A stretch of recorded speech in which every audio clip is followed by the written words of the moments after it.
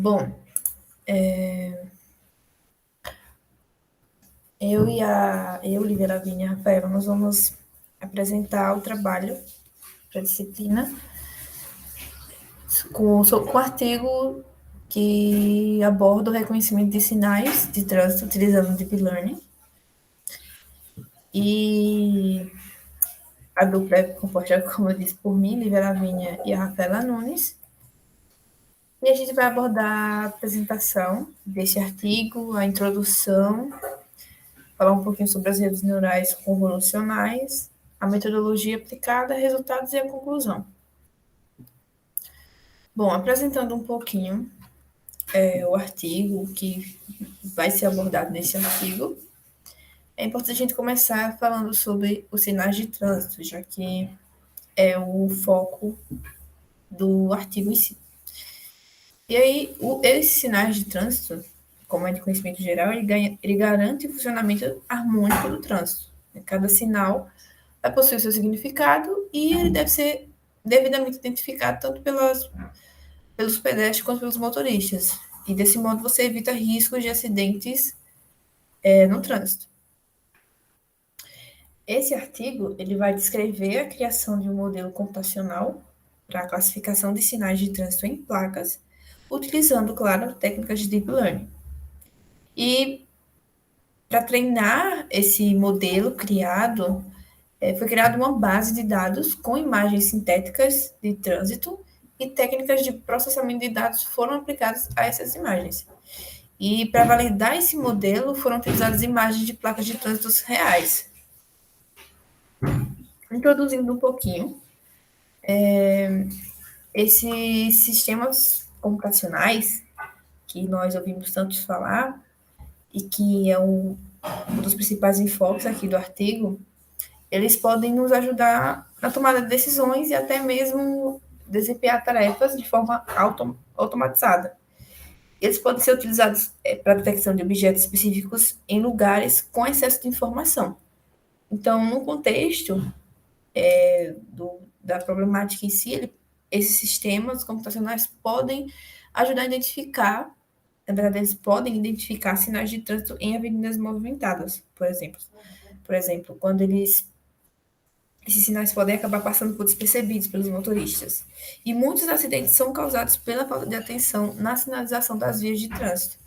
Nesse caso, a gente pode pensar em um sistema que possibilite uma assistência de condução envolvendo o reconhecimento desses sinais de trânsito.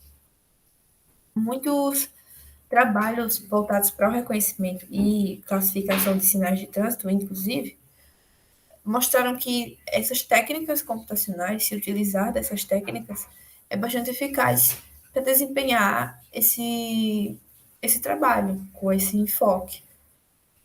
Trabalhos utilizando descritores locais, por exemplo, tiveram êxito nas classificações numa taxa de 84,78%.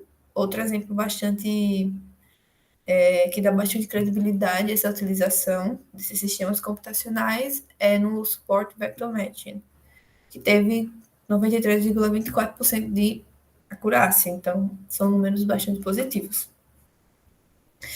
E esse aprendizado de máquina, ele faz parte da área da inteligência artificial, que centra construir sistemas que eles possam acabar adquirindo conhecimento de uma forma automatizada.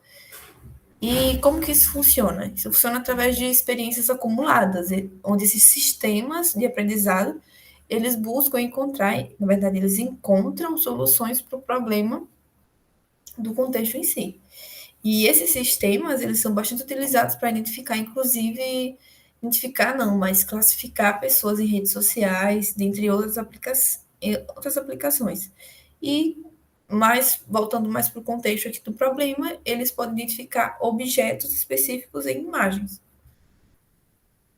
Bom, as redes neurais convolucionais foi o tipo de rede utilizada nesse trabalho. E as redes convolucionais, é um tipo de rede neural que vem ganhando bastante destaque ultimamente, e ela é um conjunto de tarefas de aprendizado que envolve vários diferentes tipos de abstração. E o fator que mais dá destaque nesse tipo de rede é que ela resolve problemas lidando com diferentes maneiras de representação de dados, o que é bastante importante para a problemática em si, aqui do problema que está sendo abordado. E esse tipo de rede foi escolhida, inclusive, porque foi inspirada na visão humana. E ela funciona recebendo como entrada porções pequenas de imagens na camada mais baixa da estrutura hierárquica dela. Uma das mais famosas arquiteturas desse tipo, do tipo convolucionais, é a rede LeNet 5, utilizada primeiramente para classificação de dígitos, mas se estendeu até estudos com pessoas com Alzheimer. E nesse trabalho, a rede LeNet 5 ela foi utilizada, claro que com algumas alterações iniciais, para fazer a classificação de 16 classes de sinais de trânsito. E vou passar a palavra para a Rafa. Bom, eu vou falar sobre a metodologia utilizada no arquivo. Pode passar, né? Bom, o trabalho ele foi conduzido em duas etapas. A primeira foi a coleta de dados para a base de dados dos sinais de trânsito e a segunda etapa foi gerar um modelo treinado para classificações dos sinais coletados. Essas duas imagens são basicamente o que seria a base de dados das placas de trânsito. E a segunda imagem é como se gera um modelo, utilizando as redes neurais condicionais. Pode passar. Então, sobre a etapa da geração da base de dados, os sistemas de classificação geralmente necessitam de uma boa quantidade de dados para treinar e validar o modelo, especialmente quando os sistemas precisam apresentar uma boa acurácia.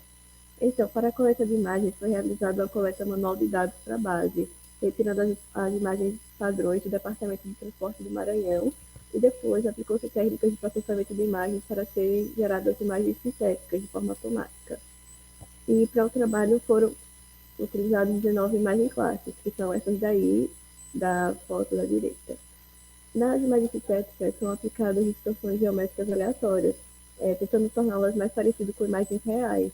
E após a explicação dessas distorções, são aplicados alguns efeitos, e para cada imagem classe são geradas 1.309 imagens sintéticas, como mostra essas duas fotos lado a lado aí. Vou passar agora. Sobre a segunda etapa, a rede RMC, ela é utilizada no trabalho, ela foi configurada com 30 épocas, utilizando a função de ativação sigmoide e com taxa de aprendizado de 0,15 para o treino. Os experimentos foram realizados dividindo as imagens em grupos de treinamento, validação e teste.